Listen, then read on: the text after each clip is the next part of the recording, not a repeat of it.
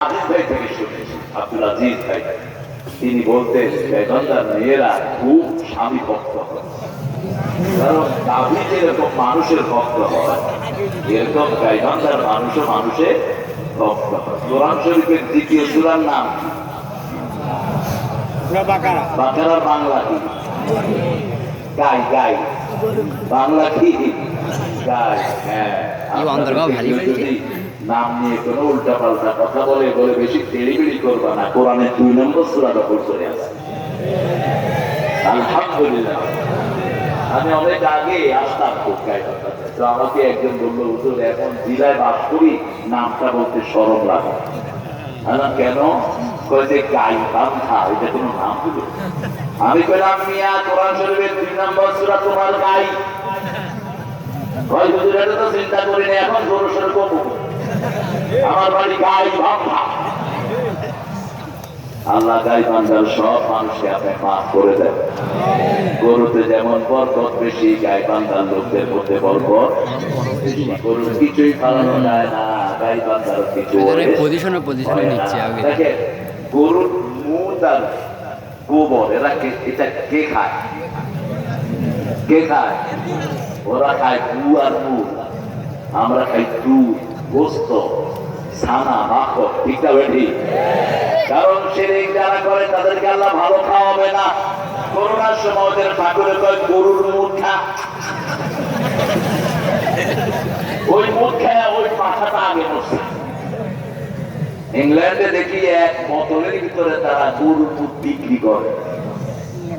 এখন হিন্দু ভাইদের খাওয়া খেতে সতর্কতার সাথে খাবেন, এরা ওদের ভগবানের মুখ দেয় জিনিসে, গোস্ততেও দেয়, এরপরে মিষ্টিতেও জিজ্ঞেস করে খাবেন। আমি এক জায়গা থেকে মিষ্টি নিতাম, বললাম যে তোমার মিষ্টি তো খুব স্বাদ, তোমার নাম কি?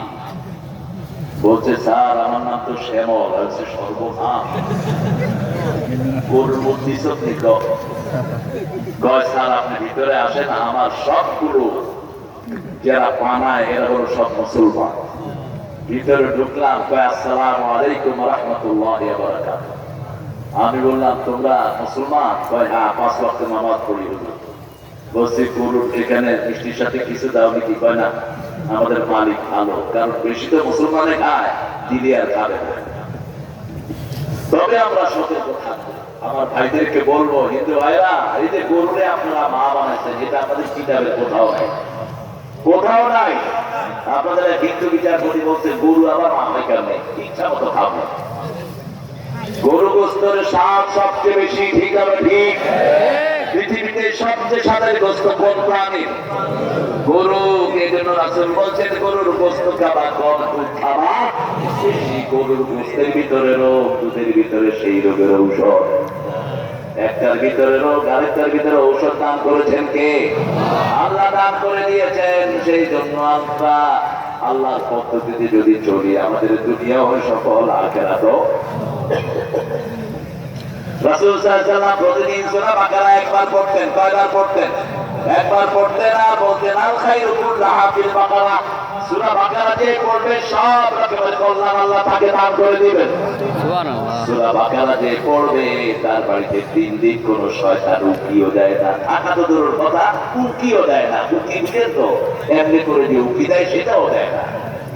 সূরা বাকারা যারা পড়বে তাদের জন্য কিয়ামতের ময়দানে আল্লাহ সামিয়ানা তৈরি করে দিবেন। রাসূল বলেন সূরা বাকারার সাথে সূরা আলে ইমরান যারা পড়বে জাতি নবাব ইয়াউমাল কিয়ামা, কিয়ামতের ময়দানে এটা আমাদের জন্য মেঘ হয়ে আমাদের মাথার উপরে ছায়া রাখবে। আল্লাহ আমাদেরকে পড়ার তৌফিক আপনি দান করেন। আল্লাহ রাব্বুল আলামিন বলেন, আমার নবী সাল্লাল্লাহু আলাইহি ওয়াসাল্লাম মুচকি হেসে উঠলেন। মা খাদিজা বললেন আপনি মুচকি হাসলেন কেন? এতক্ষণ তো কাঁদছিলেন। বলছে আমার দহেরা পরীক্ষা যত বড়, পুরস্কারও তত বড়। এই মাত্র জিবরাইল আমিন আমাকে এত বড় একটা পুরস্কার দিয়ে গেলেন, যেটা আগের কোন নবীকে দেয়া হয়নি, কোন মানুষকে দেয়া হয়নি। দুনিয়া আখিরাতের কাউসারের মালিক আল্লাহ আমাকে বানিয়ে দিয়েছে। কাউসার কি? কাউসার হলো 2টি জিনিস। কয়টা? কাউসারের প্রথম বাংলা অর্থ হলো প্রাচুর্য। বাংলা অর্থ কি?